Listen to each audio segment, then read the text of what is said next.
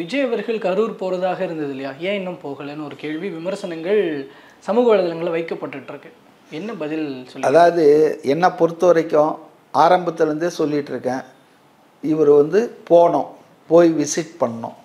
அந்த குடும்பங்களுக்கு காணொளி மூலம் பேசுறது, இரங்கல் தெரிவித்ததெல்லாம் போதாது.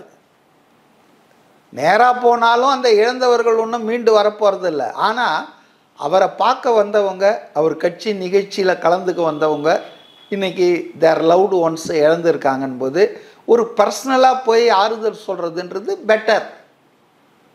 புரியுதுங்களா? உதவியும் கொடுக்குறது அதெல்லாம் கூட பண்ணணுன்னாங்க. ரைட். இப்போ 17ஆம் தேதினார். அதுக்கு முன்னால் அவர் அதாவது என்னன்னா, அவர் ஒரு நல்ல மாடு, பசு மாடு. அதனால் அவர் ஒரு சூடு பட்டுட்டார் கரூரில். இன்னொரு சூடு வரணும்னு நினைக்கல. Is more careful, more cautious. அதனால் டிஜிபிக்கு லெட்டர்லாம் எழுதினார்.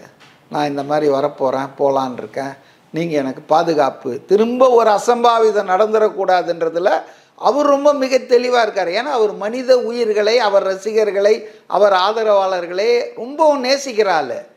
அதனால் அவர் என்ன நினைக்கிறார்னா, இதன் பொருட்டு எதுவும் திரும்ப ஒரு ஆக்சிடெண்ட்டு ரிப்பீட் ஆகிடக்கூடாது, க்ரௌடு கலெக்ட் ஆகிடக்கூடாது அப்படின்றதுக்காக அவர் போலீஸுக்கு எழுதினார். ஆனால் நம்ம போலீஸ் எப்படி பாருங்கள், டிஜிபி ஆர்டருக்கு ஆஃபீஸுக்கு அவர் கொடுத்த லெட்ரு இம்மிடியேட்டாக சேனலில் விவாத பொருளாகுது. யூடியூப் சேனலில் வருது. சொந்த கட்சிக்காரனே லத்தி சார்ஜ் பண்ண சொல்கிறாயான்னு. அது உண்மையா பொய்யான்னு தெரியாது. How it is being passed on from the DGP office. Right. அவங்க என்ன சொன்னாங்க அவருக்கு பதில்? அதில் நீங்கள் சம்மந்தப்பட்ட எஸ்பிக்கு எழுதுங்க, அணுகுங்கன்னாங்க. அவங்க எஸ்பிக்கு எழுதியிருக்காங்க. என்ன ரிப்ளை வந்ததுன்னு தெரியாது. ஸோ பாதுகாப்பு என்ஷூர் பண்ணுமா வேணாமா? அவருக்கு பாதுகாப்பு ஒய் கேட்டகிரி இருக்குங்க. இல்லைன்னா கூட பவுன்சரை துபாயிலேருந்து வர வச்சுக்குவார். அவருக்கு பைசா இருக்குது, வசதி இருக்குது. ஆனால் அவர் கவலைப்படுறது தன்னை பற்றி இல்லை.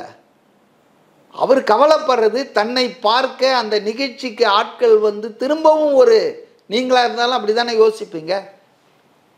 பட்டக்காலிலே படம் கெட்டக்கூடிய கெடுன்ற மாதிரி திரும்பவும் ஒரு ட்ராஜடி வந்தால் ரொம்ப சிக்கலாகிடும்ல. Politically it will be a very wrong thing. அதனால் அவர் பொறுமையாக இருக்கார். சொல்ல வந்தது என்னென்னா, இப்போ அதே மாதிரி ஒரு கல்யாண மண்டபம் 2-3 மண்டபத்தை சூஸ் பண்ணி அதை போய் பேசியிருக்காங்க. ஆனால் அவர்களுக்கு மிரட்டல் விடப்பட்டிருக்கிறது திமுக புள்ளிகளால்.